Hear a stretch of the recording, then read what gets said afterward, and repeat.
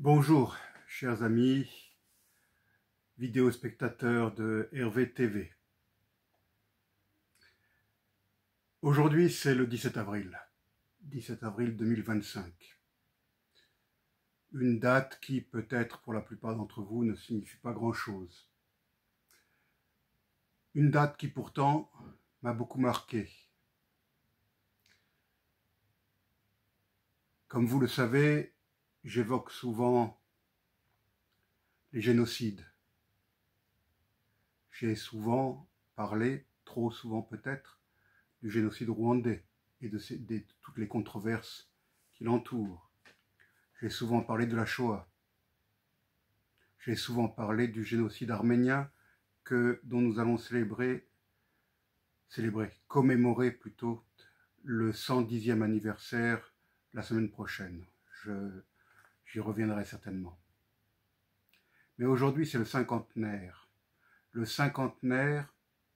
de la chute de Phnom Penh, la capitale du Cambodge, qui ce jour-là tomba aux mains de ce qu'il a été convenu d'appeler les Khmers rouges.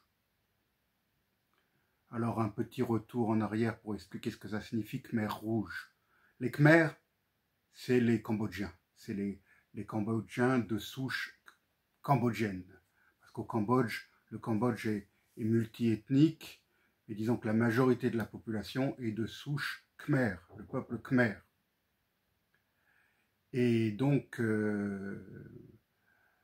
on utilise indifféremment le terme cambodgien ou le terme Khmer. Et le prince Sihanouk, à l'époque où il était au pouvoir et où il faisait face à une opposition armée communiste, avait de manière ironique surnommé ces communistes, qui étaient très minoritaires à l'époque, il les avait surnommés les Khmers rouges, c'est-à-dire les Cambodgiens rouges. Voilà pour ce qui est de l'origine de cette appellation Khmer rouge, qui a été inventé par le prince ou le roi Norodom Sihanouk lui-même. Donc ce jour-là, le 17 avril 1975, prenait fin la guerre qui avait opposé un régime putschiste qui avait proclamé la République du Cambodge en renversant le prince Sihanouk qui était au pouvoir pour instaurer une pseudo-république, mais qui était en fait un régime militaire largement soutenu par les États-Unis à l'époque, et c'était l'époque de Nixon, l'époque de Kissinger, etc. C'était en pleine guerre du Vietnam. Il y avait des bases Viet Cong, c'est-à-dire sud-vietnamiennes communistes, en territoire cambodgien. Donc les États-Unis ont souhaité renverser le prince Sihanouk, qui était beaucoup trop, comment dirais-je, il était neutraliste, mais il était beaucoup trop proche des régimes socialistes. Et donc, pour prendre les Viet Cong à revers, les Américains ont décidé de bombarder les bases Viet Cong en territoire cambodgien le long de la frontière du Sud-Vietnam, ce qui a amené les Américains finalement à renverser le prince Sihanouk en utilisant le général Lon Nol et un carteron de généraux cambodgiens. Et ce régime a été tenu à bout de bras par les Américains, mais finalement il a fini par chuter le 17 avril 1975. Donc aujourd'hui, je voudrais revenir sur ces événements du 17 avril 1975 et sur ce que cela a signifié pour le Cambodge. 17 avril 1975. Un calme étrange s'était abattu sur la capitale cambodgienne. Il n'était pas dû à la chaleur accablante de cette journée de saison sèche. Non, cette sensation de calme était due au fait que les bombardements avaient enfin cessé. La veille encore, des roquettes s'abattaient sur la ville, tirées des environs immédiats. Même la circulation habituellement intense et bruyante avait cessé. Une grande partie de la population s'était assemblée le long des grandes artères, afin de regarder passer les nouveaux venus, qui commençaient à entrer dans la capitale. Des hommes au visage émacié et peu expressif, souvent très jeunes, tous vêtus de noir, portant tous une kalachnikov à l'épaule. Ils défilaient en silence. Soulagés par la promesse de paix, certains Phnom-Pénois tentaient de les applaudir, voire même de les acclamer, de leur offrir des fleurs ou des boissons fraîches. Des regards durs et fixes leur répondaient. Ces petits hommes noirs qui faisaient ainsi leur entrée dans la capitale étaient des soldats, tout juste sortis de la brousse et des forêts, après des années de guerre. Il s'agissait de ceux que l'on avait des années auparavant surnommés Khmer rouges. Ils étaient à la fois redoutés et méconnus par les citadins. Ce qui les rassurait un peu, c'est que Somdek Ewu, Monseigneur Papa, le prince Sihanouk, était le président du gouvernement royal d'unité nationale, le GRUNC, et que ce dernier comprenait les Khmers rouges et les Sihanoukistes. Du moins, est-ce ce que l'on avait entendu à la radio du GRUNC qui émettait depuis Pékin, ainsi que sur les ondes de la Voix de l'Amérique. Les Cambodgiens, après toutes ces années de guerre et de bombardements, gardaient la nostalgie des années Sihanouk, l'époque où le prince présidait aux destinées de l'État avec son inimitable et jovial paternalisme. Tous se demandaient quand Monseigneur rentrerait de son exil pékinois. Sans doute se serait-il senti plus rassuré, davantage protégé, s'il avait fait son entrée à Phnom Penh à la tête des guerrilleros en ce 17 avril 1975. La joie relative des habitants de la capitale n'allait pas durer. Quelques heures après l'entrée des hommes en noir, des véhicules surmontés de haut-parleurs circulaient dans les avenues et les rues, annonçant la plus inattendue, la plus incompréhensible des directives venant des nouvelles autorités. Il fallait abandonner la ville et se mettre en route immédiatement, en n'emportant que le minimum d'affaires, juste assez de nourriture pour tenir un jour ou deux. La raison de cet ordre invraisemblable? Selon les voix anonymes sortant des haut-parleurs, un bombardement massif de la ville par les impérialistes américains était imminent et la population devait être mise à l'abri. Dans quelques jours, une fois le danger passé, les citadins pourraient rentrer chez eux. En quelques heures, l'incrédulité fit place à l'abattement, puis l'abattement à la panique et à la pagaille. Des centaines de milliers d'hommes, de femmes et d'enfants, parmi eux des vieillards, des malades, des infirmes et des bébés, le plus souvent à pied, tirant ou poussant des charrettes, envahirent les grands axes. Cette foule compacte était filtrée par des hommes en noir et canalisée vers les différentes sorties de la capitale. Au milieu de cette cohue indescriptible, on pouvait apercevoir des patients sur leurs lits d'hôpitaux, poussés par des proches. Des familles furent séparées, certains de leurs membres partant vers le nord, alors que d'autres frères, sœurs, épouses, parents ou enfants étaient dirigés qui vers l'est, qui vers l'ouest, qui vers le sud. Les plus nantis entamèrent leur exode à bord de voitures surchargées, mais ils n'avançaient pas plus vite que les autres, leurs véhicules étant bloqués par l'immense foule. Cette journée du 17 avril 1975 marqua le début du régime le plus absurde, le plus paranoïaque, le plus monstrueux, le plus criminel que le monde ait jamais connu. Cette journée inaugurait le Cambodge année zéro, ainsi que l'a si bien nommé le révérend père François Ponchot, qui en a fait le titre de son livre témoignage, le premier à dénoncer la barbarie des Khmers rouges, qui est sorti quelques mois après la chute de Phnom Penh. Une pensée pour le père Poncho qui malheureusement est décédé l'année dernière, après avoir consacré sa vie au Cambodge.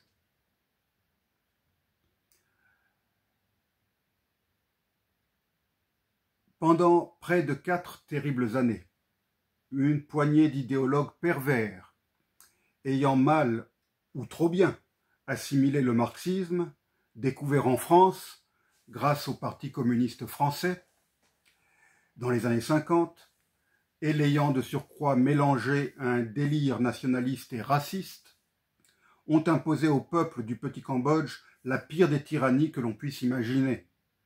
Des millions de citadins amenés de force à la campagne, où rien n'avait été prévu pour les y accueillir, transformés en bêtes de somme, engagés dans de grands travaux d'irrigation mal conçus et souvent complètement inutiles. Tous les officiers de l'ancienne armée, puis tous les soldats, furent impitoyablement éliminés, sans témoins. Ensuite, ce fut le tour des intellectuels, entre guillemets, qu'ils soient médecins, ingénieurs ou tout simplement porteurs de lunettes. Tous furent soupçonnés d'être des valets de l'impérialisme, dont l'esprit contaminé par le capitalisme pouvait se révéler dangereux, et devant donc être supprimés. Plus d'argent. La monnaie, le riel, fut purement et simplement abolie. Je revois encore ces images de liasses de riel volant, poussés par le vent dans les rues désertes de Phnom Penh.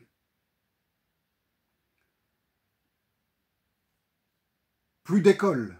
On se contentait d'endoctriner des enfants affamés et chétifs avec des slogans absurdes lorsqu'ils ne travaillaient pas.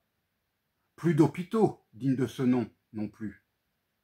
Ceux qui en tenaient lieu avaient pour, entre guillemets, médecins, de simples aides-soignants issus des rangs de la guérilla Khmer Rouge, incapables de faire le moindre diagnostic et ne pouvant de toute façon pas soigner, faute de médicaments.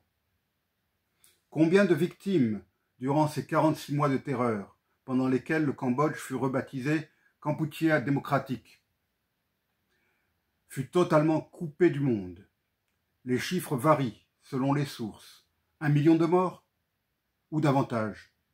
Faut-il inclure dans le nombre des victimes tous ceux qui, épuisés et affaiblis par les travaux forcés, n'ont pas survécu à de simples maladies qui auraient pu être soignées dans des circonstances normales? Doit-on seulement se limiter à comptabiliser les malheureux qui furent sommairement exécutés à coups de pioche ou étouffés dans des sacs en plastique?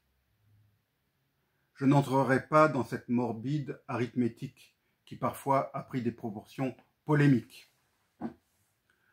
Qu'il y ait eu 100 000 morts de plus ou de moins ne change rien à l'épouvantable bilan du régime de Pol Pot, Nuon Kier, Ieng Sary et Khieu Samphan. C'est sans doute 20% de la population de l'époque qui périt entre 1975 et 1979, du fait des conséquences directes ou indirectes de la politique menée par les Khmers rouges. Le comble de la sinistre ironie de cette tragédie a été atteint lorsque le peuple cambodgien fut sauvé de l'extermination complète par le frère ennemi communiste vietnamien, lorsque ce dernier, lassé des incursions meurtrières des Khmers rouges, envahit le pays et plaça à sa tête des dirigeants Khmers rouges ayant fait allégeance à Hanoï. Ces derniers continuent à diriger le Cambodge aujourd'hui, malgré certaines concessions faites pour faciliter le retour du pays au sein de la communauté internationale. Réintroduction plus ou moins factice du multipartisme, restauration de la monarchie et ouverture du Cambodge au capitalisme international. Salotsar, alias Pol Pot, l'ancien étudiant de l'école française de radioélectricité entre 1949 et 1953 et militant du Parti communiste français, celui qui fut l'homme fort de Langkar, mourut en 1998 sans avoir été véritablement jugé, en 1997, il avait été écarté et arrêté par ses anciens camarades dans le réduit de jungle de l'ouest du Cambodge qu'il contrôlait encore. Alors qu'est-ce que c'est que l'Angkar? Angkar, en khmer, ça veut dire organisation. Pendant toute la durée du régime Khmer Rouge, le régime était anonyme. On ne peut pas dire qu'il y a eu un véritable culte de la personnalité. On entendait des voix dans des haut-parleurs, mais on ne savait pas qui se cachait derrière ce régime.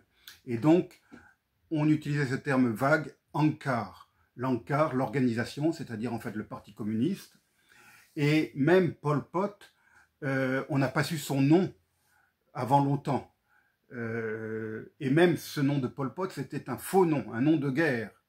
Son propre frère ignorait que son frère donc était à la tête du Cambodge. Il ne l'a su qu'après la chute du régime, que ce mystérieux Pol Pot, c'était son frère Salot Sar.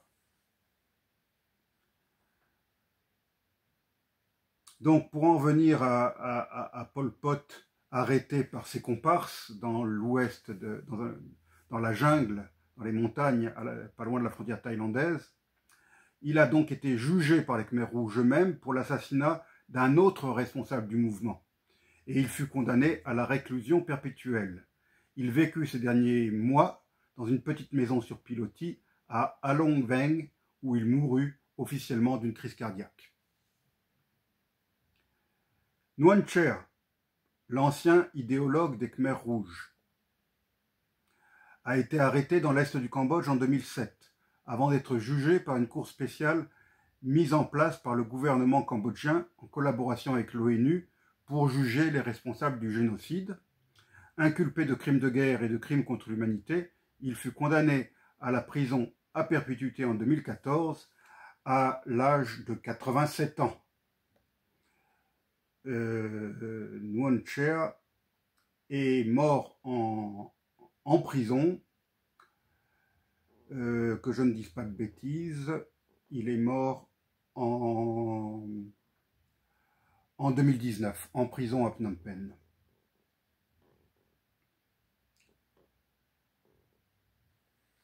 Khieu Samphan, étudiant en droit et en économie à Montpellier et à Paris dans les années 50, professeur de lycée et député intègre dans les années 60, occupa les fonctions purement symboliques de président du Kampuchea démocratique entre 1976 et 1979. Comme Nuon Chea, il fut arrêté en 2007 et déféré à la cour chargée de juger les crimes des Khmers rouges, avant d'être condamné à la prison à perpétuité en 2014. Au début de son procès, il avait été défendu par son ami, l'avocat français Jacques Vergès, qu'il avait connu alors qu'il étudiait en France. Alors, Khieu Samphan, à l'heure où je vous parle, est probablement le plus vieux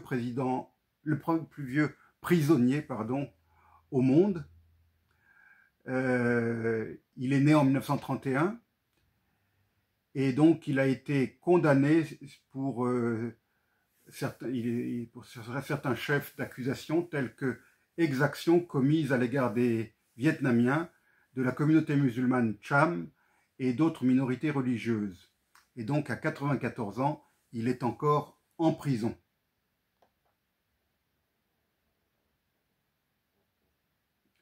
Ieng Sary, lui aussi étudiant à Paris dans les années 50, fut vice-premier ministre et ministre des Affaires étrangères du Kampuchea démocratique. Arrêté comme ses collègues en 2007, sa mort en 2013 lui permit, pendant le procès donc, lui permit d'échapper à une condamnation. En 1951, à la mairie du 15e arrondissement de Paris, il avait épousé Khieu Thilith, une étudiante en littérature anglaise de la Sorbonne. La sœur aînée de cette dernière, Khieu Phonari, devait par la suite épouser Pol Pot. Régime familial donc. Entre 1975 et 1979, Q Tillit fut vice-ministre de l'Éducation et de la Jeunesse d'un régime qui n'avait plus de système éducatif, et elle était aussi directrice de la Croix-Rouge du Kampuchea démocratique dans un pays transformé en un immense camp de concentration. Elle fut arrêtée en même temps que son époux, mais en 2011, elle fut déclarée inapte à un procès du fait de sa maladie d'Alzheimer. Elle vit encore, si mes informations sont exactes. Ah non, pardon, elle est décédée en 2015. Elle est décédée en 2015 sans avoir eu conscience d'avoir subi une tentative de procès, le procès n'est pas allé à son terme dans son cas, puisqu'elle a été jugée inapte à être jugée, du fait de son Alzheimer. 50 ans plus tard, se souvient-on encore des Khmers rouges? Le peuple cambodgien est un peuple jeune, qui semble avoir retrouvé sa proverbiale joie de vivre. La majorité de la population est née après la chute du régime des Khmers rouges. Les jeunes gens avec lesquels j'ai pu discuter lors de mes séjours dans le pays paraissent tout ignorer de la tragédie de la deuxième moitié des années 70. Certes, des mémoriaux ont été édifiés pour le rappeler. Certes, une poignée de vieillards a été jugée. Mais le Cambodge d'aujourd'hui semble avoir résolument tourné la page sur cette sinistre période, même si l'homme fort du pays, l'inamovible Premier ministre Hun Sen, est lui-même un ancien Khmer rouge. Quelques mots au sujet de Hun Sen. Il était très jeune lorsqu'il est arrivé aux plus hautes fonctions. Il est né en 1952. Il fut commandant d'un régiment Khmer rouge dans l'est du pays avant de faire défection en 1977 et de gagner le Vietnam. Ministre des Affaires étrangères du régime provisoire de 1979 à 1985, puis Premier ministre de 1985 à 1993. Entre 1993 et 1998, il fut second Premier ministre, ça c'est un poste unique au Cambodge, second Premier ministre donc d'un gouvernement de coalition avant de redevenir Premier ministre en 1998 lorsqu'il transmit son poste de Premier ministre à son fils Hun Manet en 2023. Le Cambodge a donc, comme beaucoup de pays en Afrique ou en Corée du Nord, a donc expérimenté le système de monarchie ou de transmission de pouvoir héréditaire, alors que le Cambodge lui-même est un royaume. Mais le roi Norodom Sihamoni, le fils du roi Sihanouk, occupe un poste purement honorifique. Il n'exerce pas le pouvoir en tant que tel. Voilà ce que je voulais dire en ce jour qui est un jour important pour tous les Cambodgiens, je pense, et pour moi aussi. Un jour qui fait remonter à l'esprit beaucoup de souvenirs, des souvenirs terribles pour beaucoup de gens qui ont été traumatisés.